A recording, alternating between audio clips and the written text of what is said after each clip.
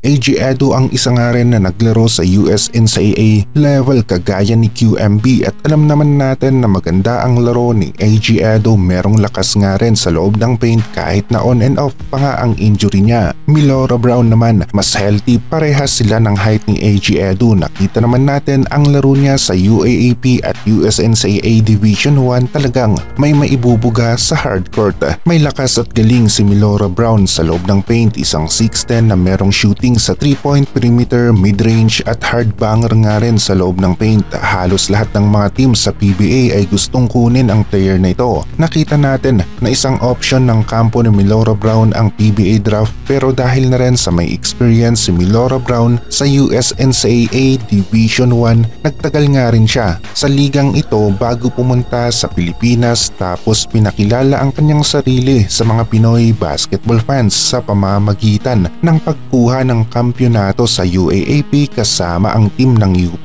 Magaling nga rin ang ginawang pag-build ng kampo ni Milora Brown sa kanyang basketball career, dahil kung titignan natin ay nakipag-compete ito sa US, pumalag sa mga USNCAA Division 1 players na magiging future NBA players at yung iba NBA players na nga. Tapos itong si Milora Brown naman, saktuhan ang stats sa USNCAA Division 1, kitang-kita na pumalag nga rin, tapos naisipan ng kanyang kampo na maglaro siya dito sa Pilipinas na kung saan isang basketball country. Nagpakitang gilas si Milora Brown sa UAAP at ngayon nga nakuha niya ang atensyon ng mga Pinoy basketball fans dahil sa kanyang magandang performance at galing. Marami sa atin ngayon ang gustong makita ang player na ito sa Gilas team. AG Edu ang isa pa na naglaro sa USNCAA Division 1 level at sa team ng Toledo Rockets. Naging on and off ang injury pero nakipag-compete pa rin sa high level basketball. Halos parehas sila ni Milora Brown na merong experience sa USNCAA level. Mas healthy nga lang si QMB kumpara dito kay AG Edu at magkasing tangkad pa nga sila. Alam natin na high level ang kompetisyon sa USNCAA, kaya malaki-laki ang chance na quality nga rin ang magiging laro o performance ni QMB para sa Gilas team kagaya ng nagawa ni AG Edu sa FIBA World Cup, at ito pa ngayon ay under kay Coach Tim Cone. Mas matututo ang mga bigs na ito kay Coach Tim Cone. Isa sa option ng kampo ni Milora Brown ang PBA, yun nga lang magiging problema ng PBA teams ang kanilang rule na kung saan 450,000 pesos maximum a month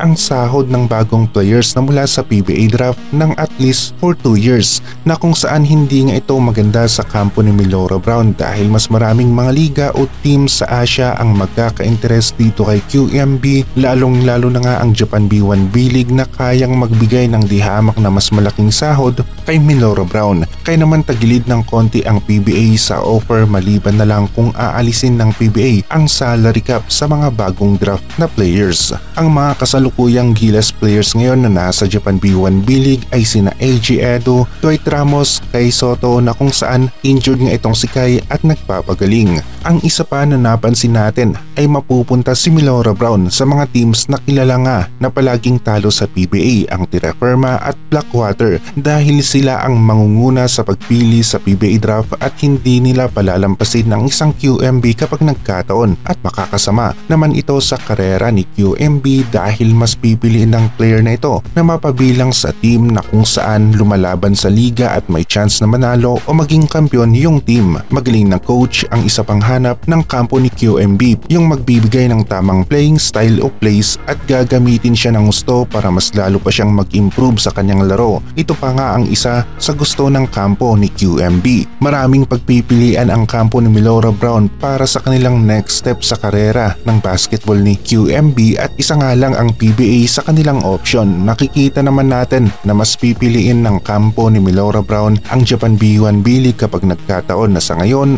ay natunugan na nga ang talento ni Milora Brown at asahan natin na posibleng mabigyan ng offer. Sa SVP at FIBA naman mukhang pasado ang dokumento ni Milora Brown na kanyang ibinigay na nagpapatunay na categorize siya bilang isang local player, at asahan natin na mas magiging malinaw ang update tungkol sa Gilas team kapag natapos na ang kasalukuyang PBA season at conference na kung saan playoffs na nga abala ang bawat team sa paparating na laglagan. Magiging malakas ang QMB AG Edu Junmar rotation kapag nagkataon. Solid ang tatlong players na ito at mukhang kaya nilang punan ang espasyo na naiwan ni Kai sa sa loob ng paint.